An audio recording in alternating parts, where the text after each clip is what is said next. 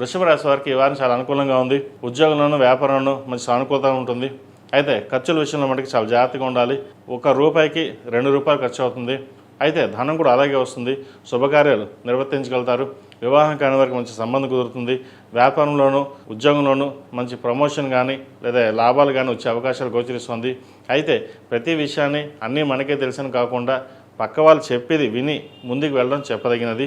మీరు తీసుకున్న నిర్ణయాలు అందరికీ బాగుంటాయి, కానీ ఒక్కొక్కసారి కొంతమందికి నచ్చకపోవచ్చు, లేదా మన నిర్ణయం మనం తప్పు అయి ఉండొచ్చు. ఏదైనా సరే నిర్ణయాల విషయంలో మటుకి 1-10 సార్లు ఆలోచించి ముందుకు వెళ్ళాలి.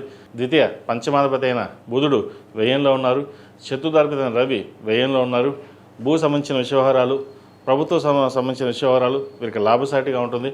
ప్రభుత్వ ఉద్యోగం కోసం ప్రయత్నం చేసేవారికి చక్కగా ప్రణాళిక పరంగా ముందుకు వెళ్ళండి, కలుసుబాటుతనంగా ఉంటుంది. అదేవిధంగా సహోదరి మధ్య కావచ్చు, లేదా బంధువర్గంలో కావచ్చు, చిన్న చిన్న మాట పట్టింపులు విభేదాలు ఉండే అవకాశం ఉంది. మీరు పట్టించుకోవడం లేదు, లేదా మీ ధోరణి మీరు ఉంటున్నారు అనే ఆలోచన కూడా ఉంటుంది. ఇటువంటివి పక్కన పెట్టి మనం బాగుండాలి, మన కుటుంబం బాగుండాలి, ఏదైనా కుటుంబం కోసమే కష్టపడుతున్నాను అనే భావంతో ముందుకు వెళ్ళండి. ఎవరు ఎన్ని రకాలుగా ఏ మాట్లాడినా సరే పక్కన పెట్టి మీ పని మీరు చేసుకోవడం చెప్పదగినది. అదేవిధంగా ఏదైనా ఇన్వెస్ట్మెంట్ కావచ్చు కొనే ఉద్దేశం ఉంటే ప్రస్తుతం ఈ వారం ఆపి వచ్చే వారం కానీ పై వారం కానీ కొనుగోలు చేయడం చెప్పదగిన సూచన. ఈ రాశిలో జన్మించిన విద్యార్థులకు కాలం చక్కగా ఉందని చెప్పవచ్చు. రావాల్సిన బెనిఫిట్స్ వస్తాయి. పరీక్షా సమయం కాబట్టి చక్కగా పరీక్షల మీద దృష్టి సారించి ముందు జాగ్రత్త పరంగా తీసుకున్నట్లయితే మంచి ఫలితాలు సంప్రాప్తిస్తాయి. ఈ రాశిలో జన్మించిన స్త్రీలకు వృత్తి ఉద్యోగాల పరంగా వ్యాపార పరంగా చాలా వరకు అనుకూలంగా ఉంటుంది. చేసే పనిలో కష్టం కనిపిస్తుంది. అయితే కష్టం తగిన ప్రతిఫలం తక్కువగా కనిపిస్తున్న భావన ఎక్కువగా ఉంటుంది. అవన్నీ పక్కన పెట్టి మీరు చేయాల్సిన పని అయితే మీరు చేయండి. ఆ క్రెడిట్స్ అన్నీ మీకు లభిస్తాయి. ఒక్కొక్కసారి ముందుగా లభిస్తుంది, ఒకసారి తర్వాత లభిస్తుంది.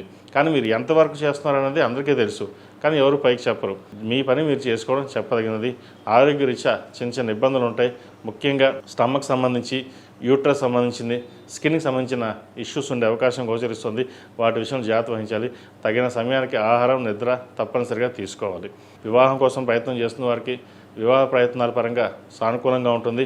అదేవిధంగా విదేశాలకు వెళ్ళాలనుకునే వారికి వీసా విషయంలో కొంచెం ఆలస్యం అయ్యే అవకాశం గోచరిస్తుంది. అయినా సరే విదేశాలు వెళ్ళే అవకాశాలు పుష్కలంగా ఉన్నాయి కాబట్టి ప్రయత్నాలు మానకుండా మంచి ఫలితం కోసం ప్రయత్నం చేయండి. ఈ రాశివారు ఓం నమస్తే ఒత్తులతోటి సోమవారం నాడు, అదేవిధంగా గురువారం నాడు బ్లూ ఒత్తులతోటి దక్షిణామూర్తికి దీపారాధన చేయండి. తద్వారా మంచి ఫలితాలు ఉంటాయి.